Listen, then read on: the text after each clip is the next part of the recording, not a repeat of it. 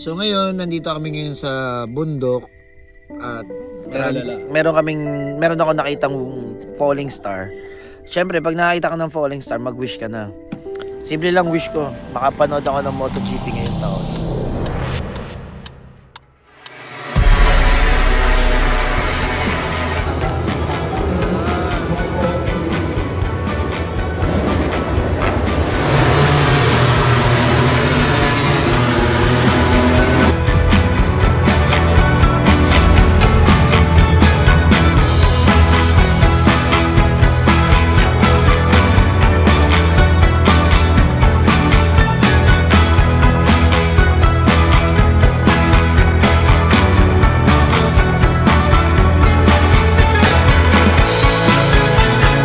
Nakakabaliw talaga ang biyahe sa Pilipinas pagpalabas. Ayan, ganito karami yung documents namin. At putang na, madaling araw biyahe namin bumukulog. Umulan ng lakas. So ito yung documents. Kala mo magtatayuli kami ng bagong business eh. Shoutout sa Immigration ng Pinas, ang lupit ninyo. So mamaya lang lilipad na kami. So maghihintay lang tayo rito. It's a lifelong goal na makarating tayo na MotoGP. And finally, pupunta tayo sa Buriram. Sasama ko kayo sa biyahe na to.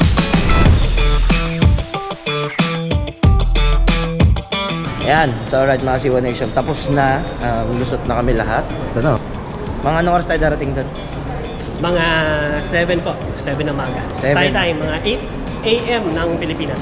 8 a.m. So 1 hour time difference. So hintayin mo kami dyan, Breezy Boy. Parating na kami.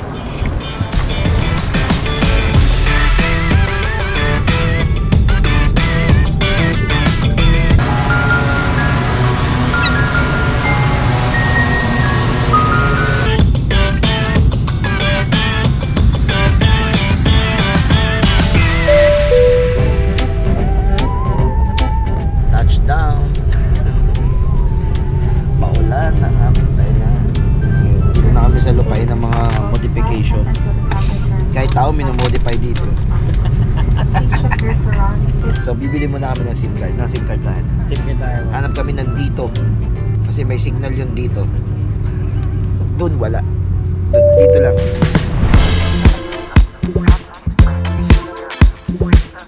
There we are.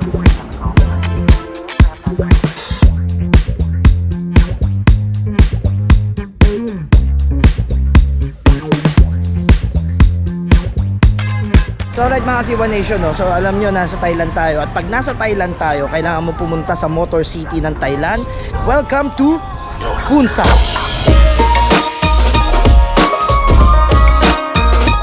Ang ilang beses ko lang pumunta rito sa Thailand. Second, at ang kasama ko ay si Mr. Happy Motovlog. So napansin ko dito, ang nagahari dito sa lugar na to is X-Max. Unlike last time na pumunta ako, may mga R15, MT-15 pa. Pero ngayon, puro X-Max na lang talaga.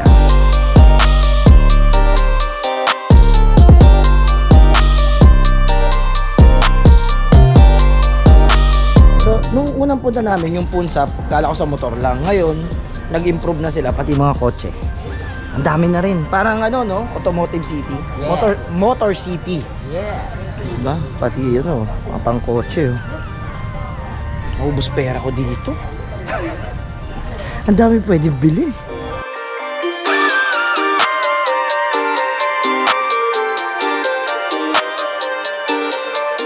So ito yung mga nakikita nyo sa tindahan namin minsan. GTR, matagal na kami meron ito, nauubusan lang palagi. Mabenta kasi to. Thailand kasi talaga to na CNC. Tapos dito namin binibili yung mga tank tip namin. So exit na tayo rito sa Khon Sap. Nagawa na namin yung mga kailangan gawin. So gala na naman tayo.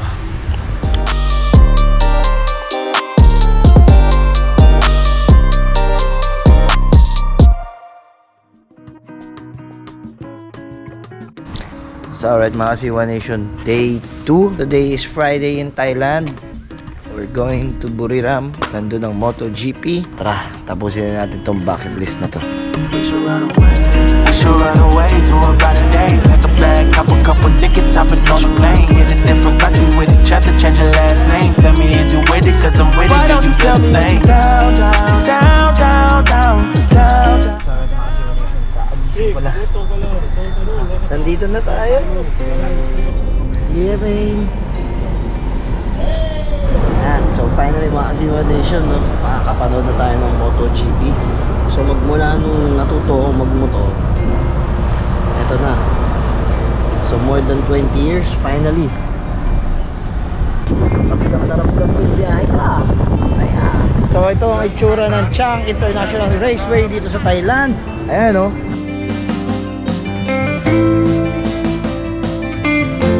Diba? 20 years in the making. Finally, nadala tayo ng sipag natin dito. Ito na yung main na pilihan. Ito na yung gastusan. Yes, dito yung gastusan. Ito na. Handa mo na yan. Butasan na tayo. Butasan ng bulsa. Ito na.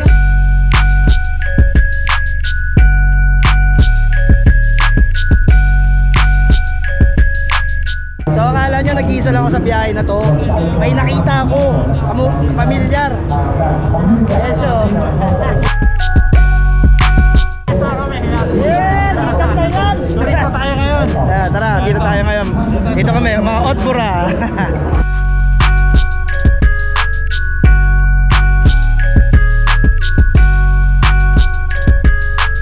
Alright mga Simulation, we're back. So tapos na tayo maglibot doon. Nagkita na kami ni Breezy Boy. Papunta na tayo rito sa mismo main stadium. Who would have thought, no? Dati nanonood lang ako sa TV nito eh. Dati pangarap ko lang pumunta rito. Ngayon nandito na ako.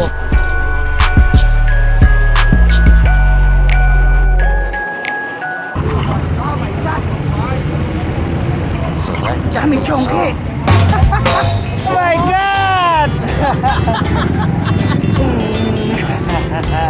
Ang bango! Ang bango dito! I love it here!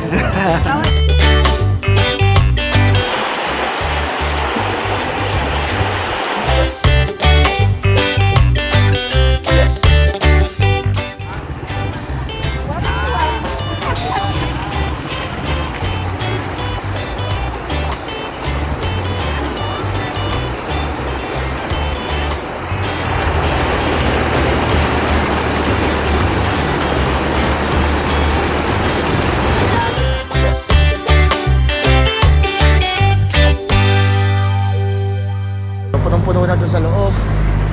Yan, wala na kami maparadahan. Layo na namin.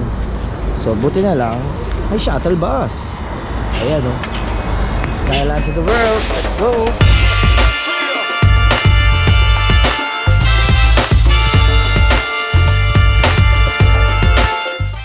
Sa mga Siwa Nation kahapon, sumakay tayo ng ipin. Sasakay ulit tayo ngayon, ha? Papasok. Tapos, medyo mainit para tayo nilalate ko.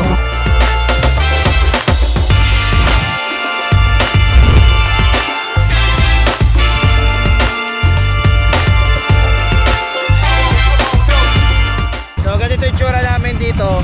Para kaming nakampanya. Kaway-kaway tayo. Kaway-kaway. Kaway-kaway. Kaway-kaway. Yeah!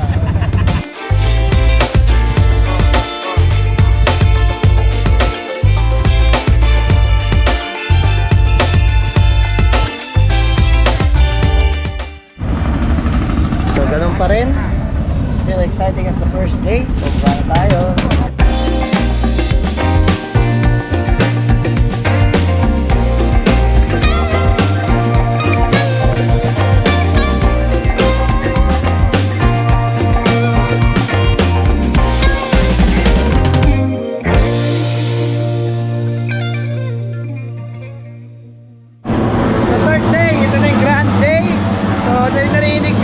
Moto3.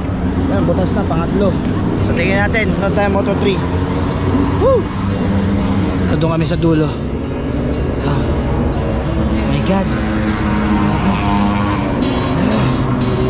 Solid.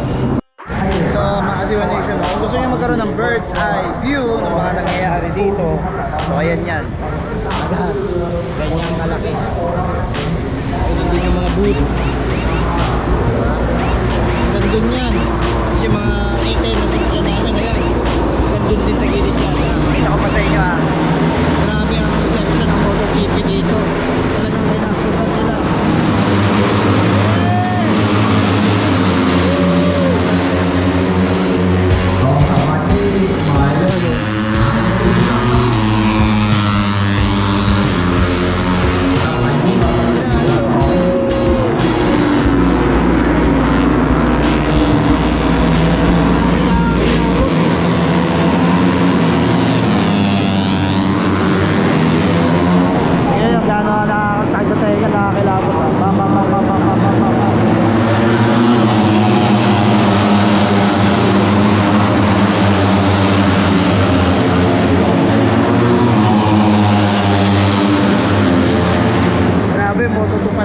Wala pa yung MotoGP.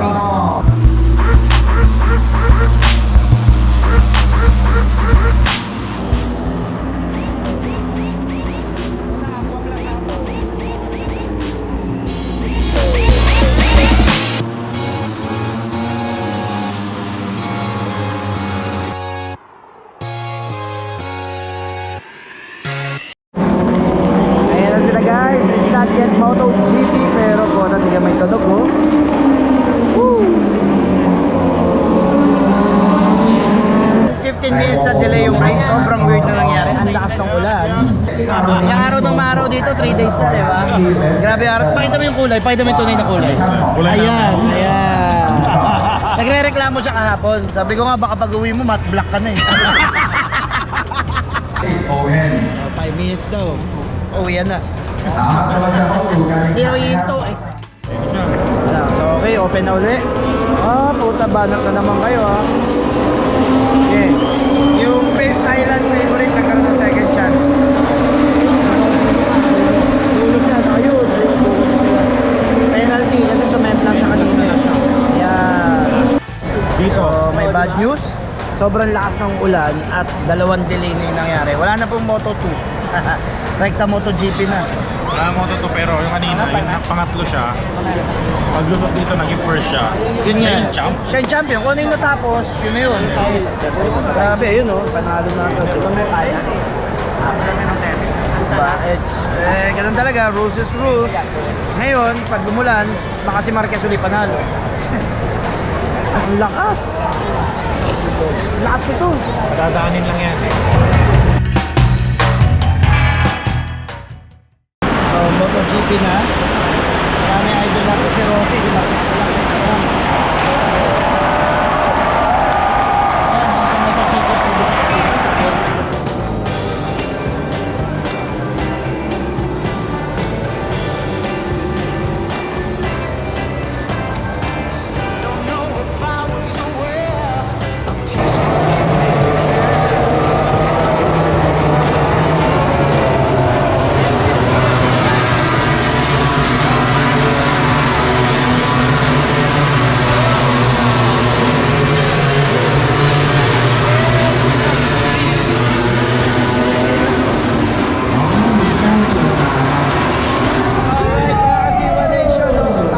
MotoGP, hindi nakuha na ng pambato natin yung trophy.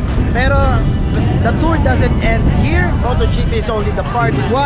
Abangan nyo yung part 2. Magpo-motovlog naman tayo sa Bangkok. Maraming salamat sa panonood. Lagi tatandaan sa 01. Kayo ang number 1.